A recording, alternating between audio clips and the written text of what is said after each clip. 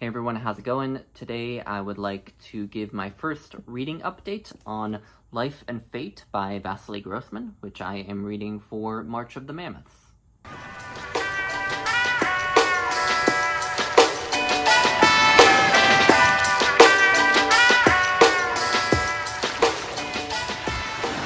So before I get into discussing Life and Fate itself, I thought that I would talk a little bit about Vasily Grossman and about the publication of the book, because it has kind of an interesting textual history. So, to start with Vasily Grossman, the author, he was born in 1905, he died in 1964, he was Jewish, and he was also Russian. He was an ethnic Russian, but was actually born and raised in Ukraine. And another thing that makes him interesting as a writer is that he actually originally studied to be a chemical engineer.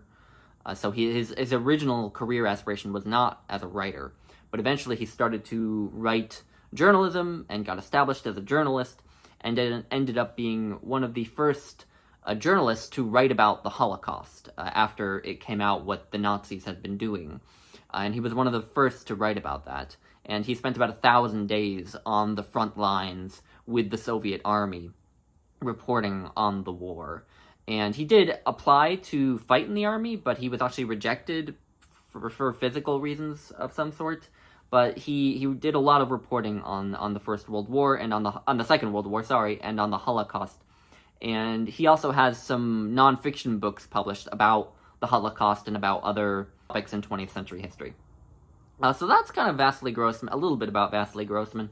And then I wanted to talk a little bit about how this novel came into publication, because it does have a kind of an interesting history.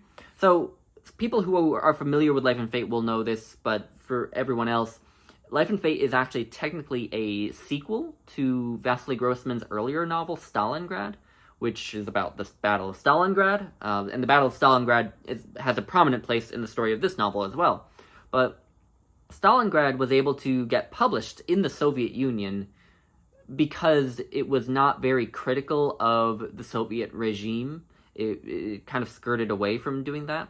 Whereas Life and Fate, and I will get into talking about this, is very critical of the Soviet regime, as well as obviously portraying the horrors of the Nazis. And so it was tough for it to get published. So the novel was written in the 1950s, the late 1950s, and Vasily Grossman had a draft finished by 1959 and had a few different copies of that manuscript, one of which he submitted for publication, for possible publication. And that turned out to be a huge mistake because the publisher was hugely offended by how critical it was of the Soviet regime. And what ended up happening is the KGB actually raided Vasily Grossman's house and took all the manuscripts there, and also took away his typewriter. But basically, that meant that the novel did not get published in the Soviet Union in Vasily Grossman's lifetime.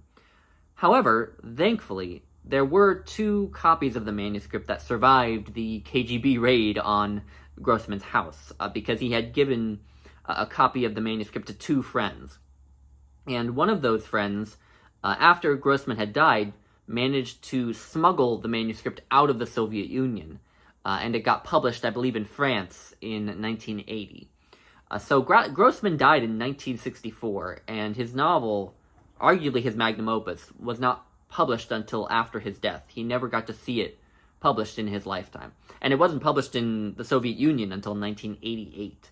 So it took a while for audiences in the Soviet Union to be able to read this novel, at least legally. And it's just incredible to think that such a monumental work, as I think this book is, even just based on having read a third of it so far, it's incredible to think that the author never even got to see how it was received when it was published. I mean, I know literary history is littered with instances like that, where an author died before a novel was published, or before a poem was published, or whatever, or they couldn't get it published or released, but then it did get released posthumously, and so on and so forth. But it's just insane to think that such a monumental work as this wasn't even published in the author's lifetime. But anyway, so probably based on what I've said so far, you can get the idea that I am really deeply loving this novel. It deals with incredibly tough subject matter, but it is insanely engrossing and has a depth of understanding of people and character that is really rare. It's really rare that someone can bring to life as many characters as are in this novel. I think Tolstoy is one of them, and Grossman is often compared to Tolstoy. Sometimes Life and Fate is called the War and Peace of the 20th century. I haven't read War and Peace, but that sounds about right to me. But anyway, the novel, on the other hand, is very difficult to discuss. And you might be thinking that that's because of the tough subject matter, because it's a World War II novel, so it's about the Eastern Front in World War II, which was extremely horrific, but also it's about the Holocaust. And you might be thinking that the reason the novel is tough to discuss is because of that, and yes, that is tough to talk about and read about, but what really makes it hard to talk about is just how epic it really is. There is a massive cast of characters in this novel. It's Game of Thrones level number of characters and number of different sort of theaters we're looking at in terms of the locations we're in the various stories. So to give you some context for this, my edition, which is a New York Review of Books classic with a translation and an introduction by Robert Chandler, my edition has a list of all of the major characters in the back, and that list is 8 pages long. So, just to give you an idea of just how many characters we have in this book, and just how many different sort of locations we go to. Now, if I had to try to say who the sort of central group of this novel is, I would probably say that it's the Shaposhnikov family. The Shaposhnikov family is just a regular family of Russians, and the mother of the family is Lyudmila Shaposhnikova. To me, she feels sort of like the closest thing to a central character that this novel has. She's a middle-aged woman who had been married once before, but her first husband had left her when she was pregnant with their son, and she doesn't know what happened to her first husband. But then she got remarried to this man named Victor Strom, and Victor is the character who a lot of people say is sort of based on Vasily Grossman himself. He's a chemical engineer, like Vasily Grossman was, and he's also sort of an intellectual and this, that, and the other thing. And so he's thought to be kind of the character who's based on Grossman himself. But Lyudmila Shaposhnikova has a son by her first marriage and a young daughter with Victor, her current husband. And her son is a teenager and is fighting in the war.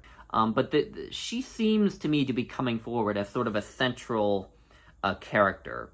But there are, as I said, a lot of other kind of theaters in this story. So the first one, again, I think probably the most central one is the Shaposhnikov family. And the reason I think that they're kind of central to this novel is because a lot of the other locations we see in this novel and a lot of the other characters we meet are somehow related to them or know them. So one of the other storylines we have in this is the story of Yevgenia Shaposhnikova, who is Lyudmila's sister. And we also meet Dmitry Shaposhnikov, who is Lyudmila's nephew, who's fighting in the war, I believe in Stalingrad. We also briefly meet Tolia, who is Lyudmila's son. And there are others who are related to the Shaposhnikovs who appear and who know the Shaposhnikovs. And another one of the theaters we see in this novel is actually Lyudmila's first husband, who's named Abarchuk. And he is actually in a labor camp in Siberia. So he was sent to Siberia for something that he said or did that was disagreeable to the Soviet authorities.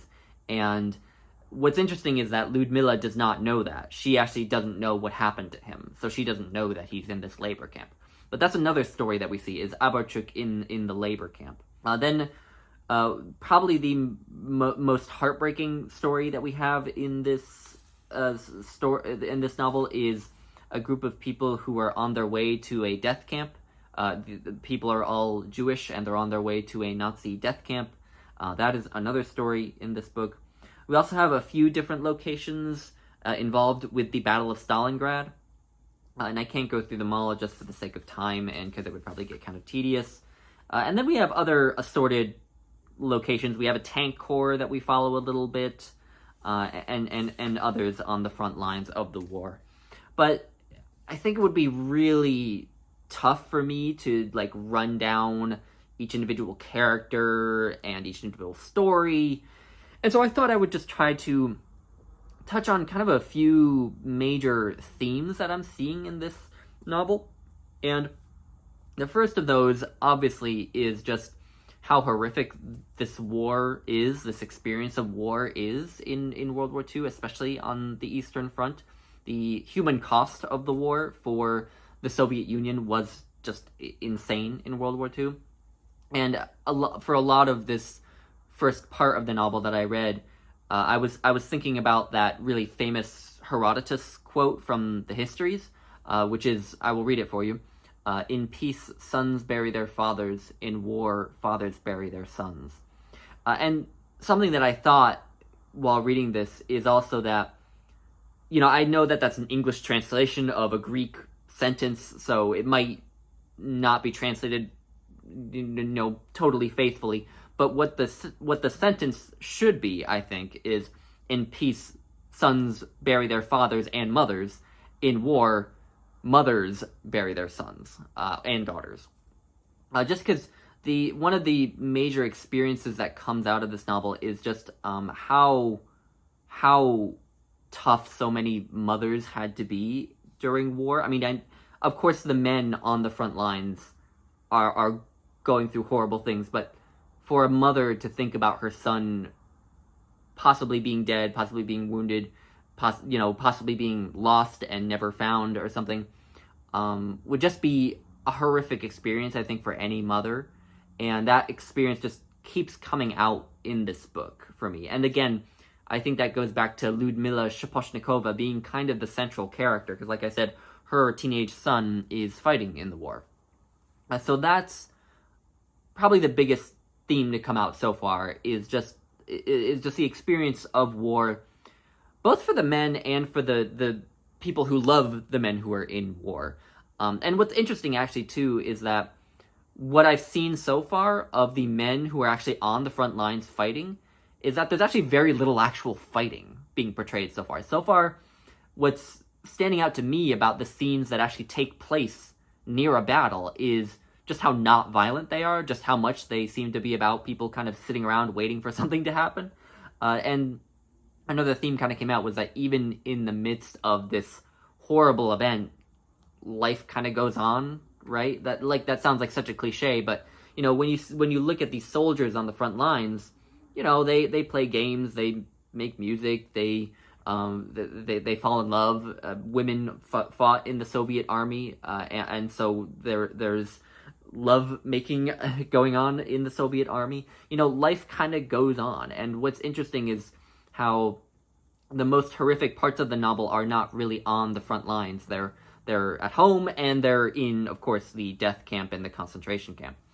And so that's another theme that I'm seeing so far. I'm assuming it'll change as the novel goes on, but that was just an interesting sort of contrast. But really what I'm getting the sense of from this novel, and why I don't feel too bad not talking about the individual characters in it too much, is because I think any individual character's story is not peripheral, but it's not about any one character's story. It's about sort of the symphony of all of these characters' stories together. This book kind of feels a little bit like something that Svetlana Alexievich would write, the Nobel Prize-winning Belarusian journalist Svetlana Alexievich. I've only read one of her books, Secondhand Time, but it is one of my favorite nonfiction books ever. And that book is basically just a collection of transcribed interviews that she did with people who lived under the Soviet Union and have experienced post-Soviet life. And it's one of the most powerful books I've ever read. But it's just this sort of panoramic view of all of these people's experiences under the Soviet Union and after the Soviet Union, right? And it feels like this novel is also just a panoramic view of how this great variety of people experienced the Second World War. And that's kind of what I feel like this is supposed to be like. It feels to me very much almost like a documentary, right? It's a social realist novel, so that makes sense that it would kind of feel a little bit like a documentary. But yeah, it is just an incredible read, and I am absolutely loving it. It's tough, but it's engrossing. You know, I would totally recommend it to fans of Russian literature, to fans of 20th century literature, to fans of war literature. Basically, I honestly, it's not very often that I say that a book is a must-read for everyone, but this does kind of feel like something that will end up being a must-read for everyone. And, of course, I'm saying that after having only read 1/3 of it, so I should probably wait until I finished it until I say that, but I just feel like this the sense I get from what I've read so far is that I'm just in the hands of a masterful author, and so I can't imagine him dropping the ball halfway through or something like that. So anyway, I thought that lastly I would leave you with some of my favorite quotes from the book, because one of the other great aspects of this book is the magnificent writing. So I thought that I would just read you a few passages that I was particularly fond of. And the first one is actually on the very first page of the book. And it's this. This was a world of straight lines, a grid of rectangles and parallelograms imposed on the autumn sky, on the mist, and on the earth itself. The earth was vast. Even the vast forest had both a beginning and an end. But the earth just stretched on forever. And grief was something equally vast, equally eternal. A soul can live in torment for years and years, even decades, as it slowly, stone by stone, builds a mound over a grave, as it moves towards the apprehension of eternal loss and bows down before reality. And with that, I will leave you.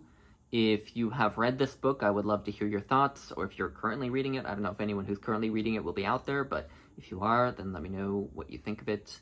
But anyway, I will leave it at that, and I will see you all in my next update on this book.